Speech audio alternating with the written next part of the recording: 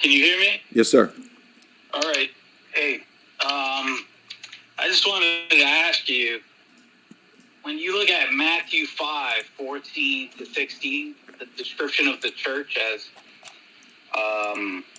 the city on a hill, like a lamp that's revealed to all men, how does orthodoxy Can you hear me? Yes. fit the criteria there? Because orthodoxy is relatively obscure. Catholicism is known throughout the world. Well, so the Orthodox Church is the Orthodox Catholic Church, and even in your position, are you aware of the Arian crisis? Yes. Okay. So in the time of Athanasius, when the church was reduced to a handful of bishops, where was the church in your view?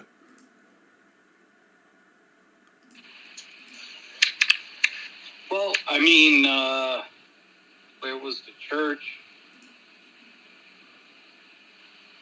I mean, so what's your argument? Are you? Well, your argument is that your argument seems to be that it's a numbers game, and I'm saying, where was the church when it was reduced to a handful of bishops in your view? I just think the church can't be obscure. So I think even if the church is persecuted, it has to be known in the world. Okay, was it known in the 4th century when it was reduced to a handful of bishops? Well, I'm not sure what you're It's saying. a very simple argument, man. I'm not trying to be mean to you or rude to you, but what do you not understand about the argument? I think you're trying to be mean, but are you saying that the church became obscure at that time? I'm asking you for your explanation on your system, how you would explain that, because you're saying it's a numbers game.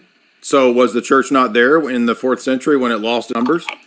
I'm not even saying it's a numbers game. That is what you argue. The church has to be known in the world according to Matthew 5:14-16. So you're saying that Orthodox, so the second largest church in the world is not known with 250, 300 million people? Well, ask the average person who the ecumenical patriarch is. The average person in Russia? The average person, who counts as the average person? Europe, where they're all atheists?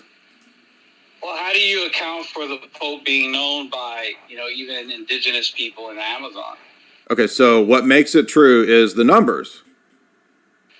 Well, Matthew 5:14-16 says that the church is okay, where was the church?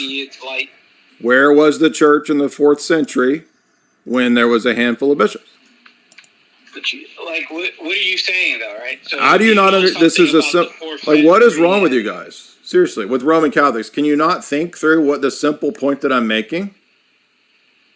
If you're saying something about history, then you have to say it.